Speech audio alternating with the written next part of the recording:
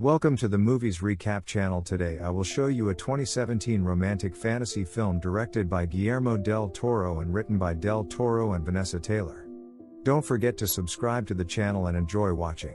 The film opens as we go through a home that appears to be underwater. We hear the voice of a man named Giles, Richard Jenkins, mention the story of a princess, the one she loved, and the monster that threatened to tear them apart. Eliza Esposito, Sally Hawkins, is a mute woman who lives alone but frequently spends time with Giles, her middle-aged bachelor neighbor, who lives next door to her in another small apartment overhead a local movie theater. She works at the Occam Aerospace Research Center as a janitor with her friend Zelda Fuller, Octavia Spencer. During their daily night shift, a vessel is brought into the facility containing a valuable asset. Eliza goes near the vessel, and something bumps against it from inside. In the morning after work, Giles takes Eliza to his favorite pie shop where he frequently gets key lime pie. Eliza doesn't like it, but Giles enjoys the pie, as well as the conversations he has with the shop's pie guy, Morgan Kelly, whom the closeted homosexual Giles has a crush on. We also see Giles working on an ad design for a Jell-O product for the company that he used to work for before being suspended, apparently because of a drinking problem.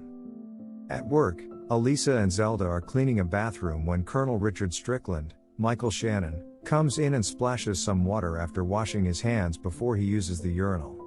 A while later, the ladies hear a scream coming from another room, and Strickland emerges with 2 fingers missing from his left hand.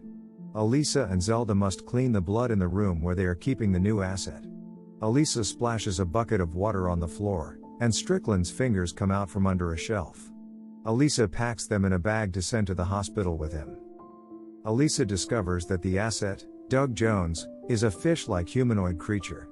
She becomes fascinated by it and starts sneaking into the enclosure to spend time with it.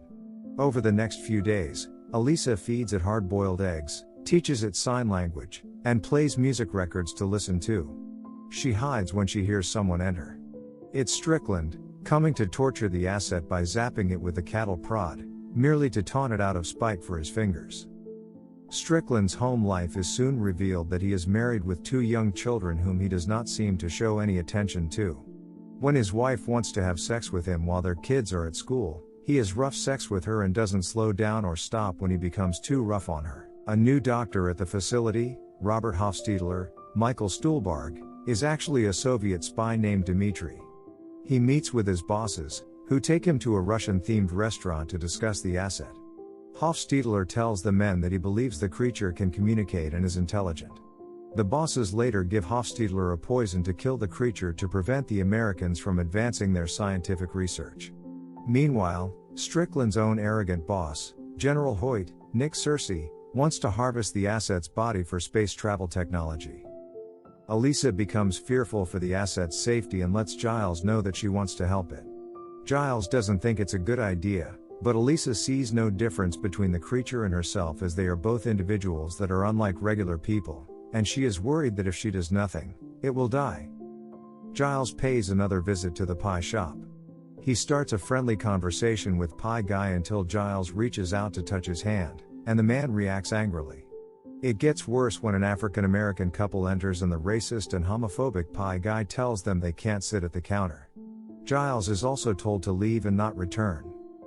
Meanwhile, Eliza becomes the unwanted attention by Strickland when he deliberately spills a glass of water in his office and forces her to clean it up.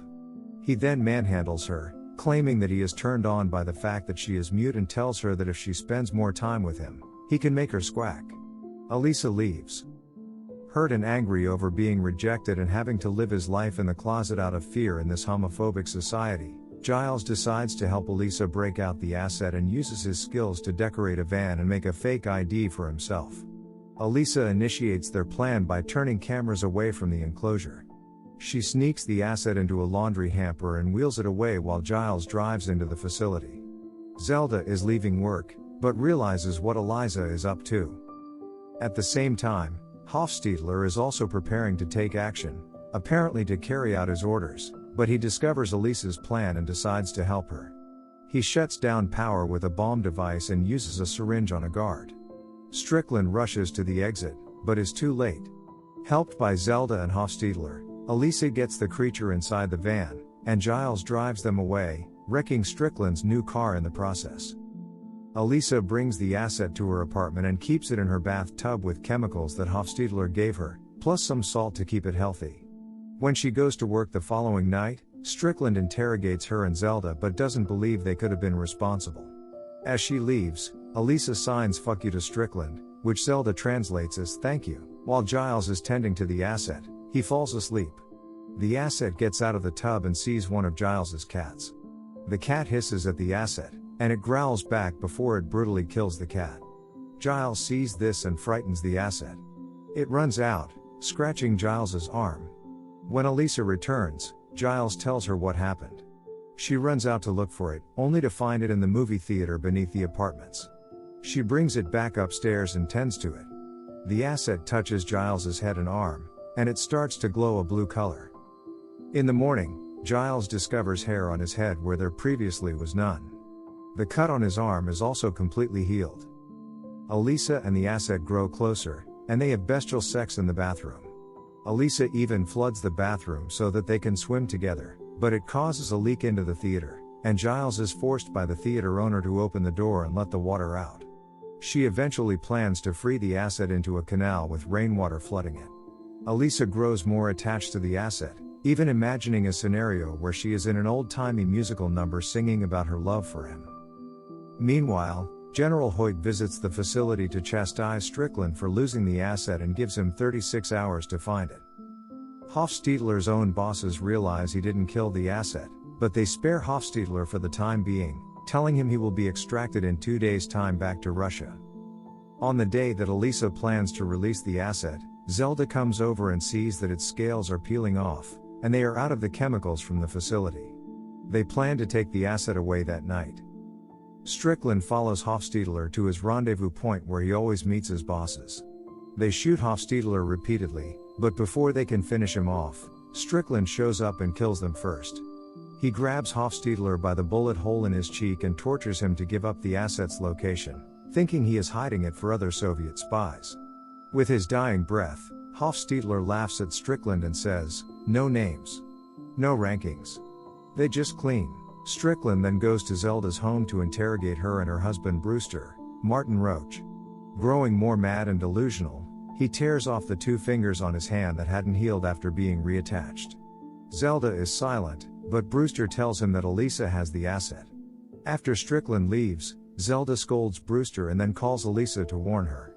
She and Giles take the asset away before Strickland shows up. He breaks into Eliza's apartment and sees the note on her calendar that lets him know she's taking the asset to the canal. Eliza and Giles bring the asset to the canal.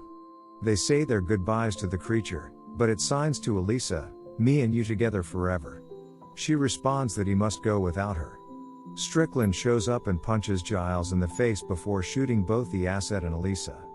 Thinking he just won, Strickland turns to leave but gets whacked in the face by Giles. The asset revives itself and heals its own bullet wounds.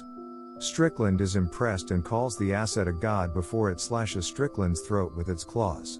Just as the police arrive, the asset takes Eliza into the water as Giles and Zelda, who just arrived, watch. Underwater, the asset kisses Eliza, using its healing powers to revive her and give her gills where there were once scars on her neck. The two hold each other as Giles's voice closes the film saying that the two of them could now be together.